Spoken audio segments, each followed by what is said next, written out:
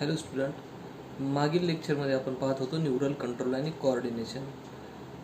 In this chapter there is a nervous system. In this the transmission of a nerve impulse and endocrine system impulse conduction across the synapse and physiology of a reflex action.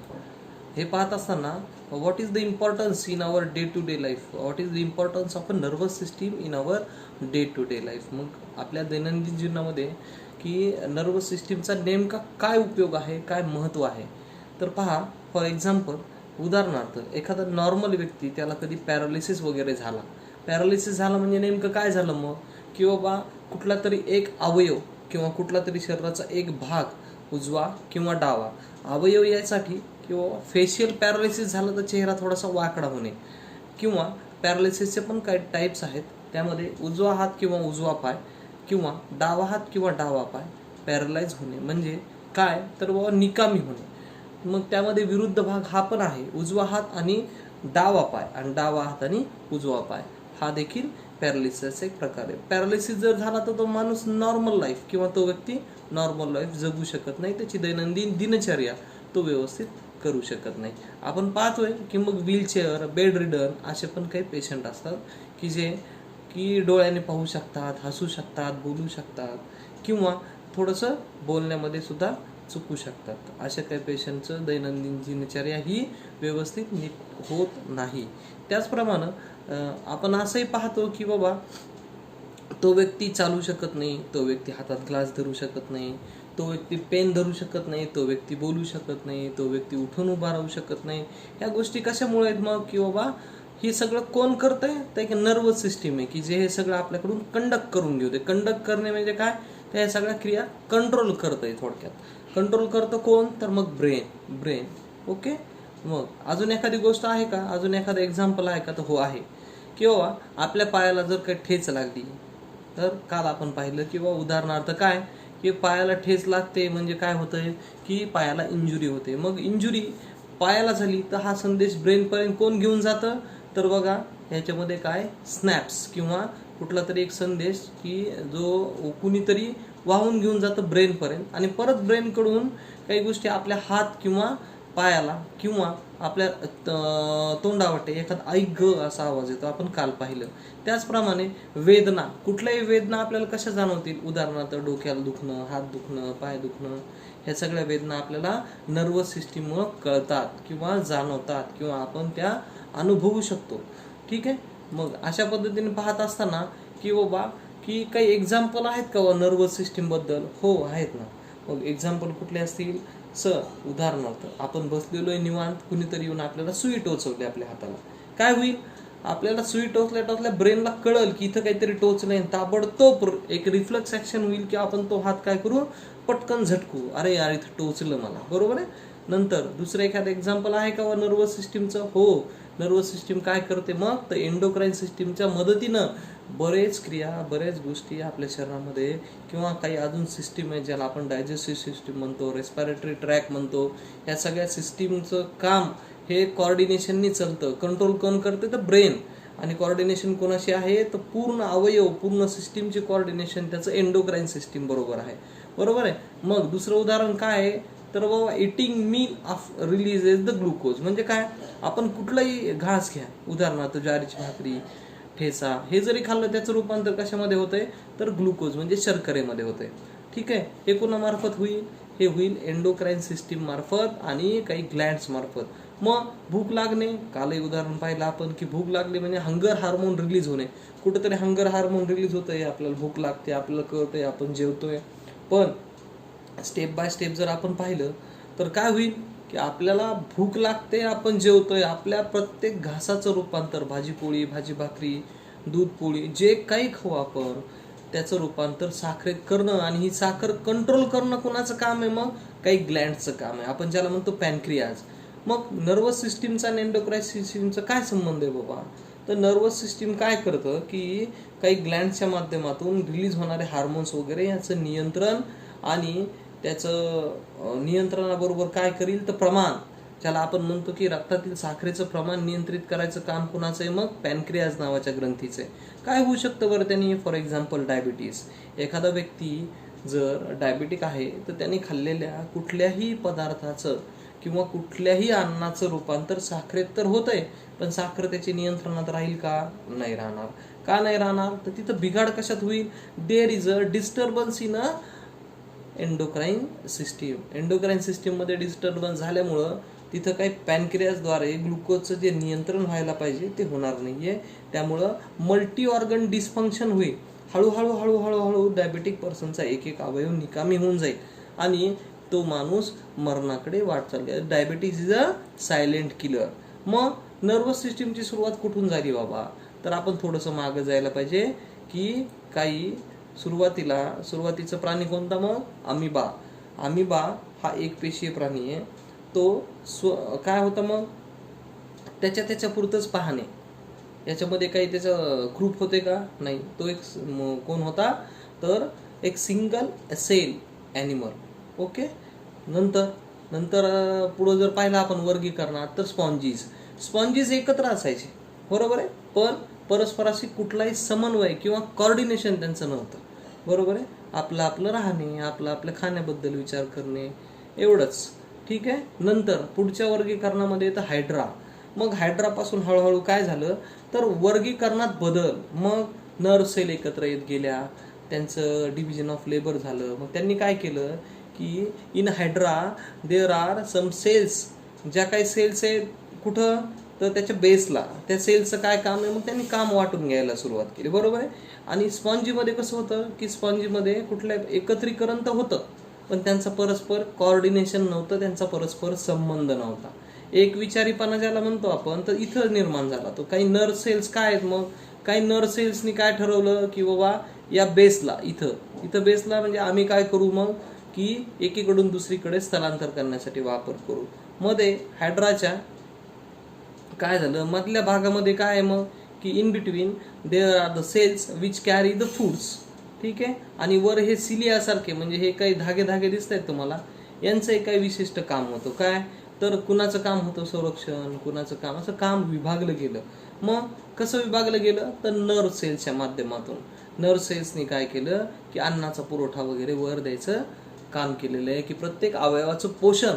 मग काम काय केलं गेलं, विभागलं गेलं. त्याला काय म्हणतो आपण, त्यालाच काय म्हणता येईल आपल्याला की डिव्हिजन ऑफ लेबर. मग कसं तर मग हळूहळू अमिबापासून तर आपण मानवापर्यंत इन ह्युमन्स ब्रेन कसा मग वेल डेव्हलप होत गेला. Brain is a boss which controls all the organisms and systems. आणि काय होतं की ब्रेन आपला काय करल, सगळ्यांवरचं कंट्रोल करल. उदाहरणार्थ ब्रेन डायजेस्टिव्ह सिस्टीमचं कंट्रोल करतंय. कोण करल मग? सेंट्रल नर्वस सिस्टीम किंवा न्यूरल सिस्टीम. आता सेंट्रल नर्वस सिस्टीमचे पण टाईप आहेत. Nervous system, central nervous system, peripheral nervous system, हे आपण पुढं पाहूया. पण सगळ्यात महत्त्वाची गोष्ट काय आहे किंवा सगळ्या बॉडी ऑर्गननी मिळून काय ठरवलं की ब्रेन तुम्ही आम्हाला गाईड करत राहा, आम्ही आमचं काम करत राहू आणि तुम्हाला त्या कामासाठी लागणारी एनर्जी. विद्यार्थी मित्रांनो, सगळ्यात जास्त एनर्जी आपल्याला कशाला लागते? ब्रेनला. का तर त्याला सगळं कंट्रोल करायचं आहे. मग ही एनर्जी कशातून मिळते? अन्न पाणी ह्याच्यातून मिळते. मग ब्रेनचं पोषण, बाकीचे सगळे काय म्हणे किंवा आम्ही तुम्हाला पोषण देऊ, तुम्ही आमच्याकडून कार्य करून घेऊन. उदाहरणार्थ ब्रेनने डायजेस्टिव्ह सिस्टीमचं पण काम करून घ्यायचंय. घास एक तर भूक लागलेली सांगायचंय, त्याच्यानंतर पहिल्यांदा घास घेणे, तो दाताखाली चावणे, त्याच्यानंतर तो गिळण्यानंतर तो स्टमकमध्ये जाणे, स्टमकमध्ये डायजेशनची प्रोसिजर, त्यानंतर तो लहान आतडं मोठं आतडं याच्यानुसार प्रवास करत तो काय की त्याची सगळी पचन क्रिया पूर्ण होऊन फिसेसच्या माध्यमातून वेस्ट प्रॉडक्ट बाहेर टाकणे, हे त्याचं डायजेस्टिव्ह सिस्टीमचं काम आहे. सेकंडली आपण जर पाहिलं तर रेस्पिरेटरी सिस्टीम म्हणजे काय? मग आपल्याला लागणारा ब्रेनला ऑक्सिजन लागतो बरं, आपल्याला जगण्यासाठी लागणारा ऑक्सिजन आणि न असणार कार्बन डायऑक्साईड शरीराच्या बाहेर फेकायचं काम कोण करतंय? तर रेस्पिरेटरी सिस्टीम. काय मग रेस्पिरेटरी सिस्टीम किंवा रेस्पिरेटरी सिस्टीम पण कुणाच्या अंडर काम करते? तर ब्रेनच्या अंडर. तुम्ही पहा, बऱ्याच ठिकाणी आपल्याला असं जाणवतं की हेड इंजुरी झाली म्हणजे एखाद्या माणसाचा ॲक्सिडेंट झाला तर सडनली जर तो मागच्या मेंदूवर पडला तर त्याचं काय होऊन जाईल? रेस्पिरेटरी अरेस्ट होऊन तो मरून जाईल. म्हणजे काय, अचानक त्याचा श्वास थांबल. म्हणजे ही सिस्टीम पण कोण कंट्रोल करतो मित्रांनो? तर ब्रेन कंट्रोल करतंय. नंतर कसं कराल मग? एक्सचेंजच्या थ्रू लागणारे गॅसेस वगैरे, गॅसेस एक्सचेंज ज्याला आपण म्हणतो, किंवा कार्बन डायऑक्साईड आणि ऑक्सिजनची देवाणघेवाण कुणाच्या अंडर चालते, ती परत चालते ब्रेनच्या अंडर. नंतर पुढची सिस्टीम आहे एक्सक्रिटरी सिस्टीम. ठीक आहे, एक्सक्रिटरी सिस्टीम म्हणजे काय, तर वेस्ट प्रॉडक्ट शरीराच्या बाहेर फेकायचं काम. लागणारे सर्व पोषक द्रव्य आपल्या शरीराला मिळावेत आणि नको असणारे सगळे अनावश्यक घटक हे शरीराच्या बाहेर फेकले जातात. आणि नंतरची पुढची सिस्टीम ब्रेन कोण करतं, मग कंट्रोल करतं, तर रिप्रोडक्टिव्ह सिस्टीम. रिप्रोडक्टिव्ह सिस्टीम म्हणजे काय, की रिप्रोडक्शन म्हणजे काय, तर परत उत्पत्ती कुणाची, तर नवीन लाईफची. हे कोणाकडे आहे, तर ब्रेनकडे. असं बऱ्याच साऱ्या प्रक्रिया कोणाकडून होतात, मग ब्रेनकडून कंट्रोल होतात.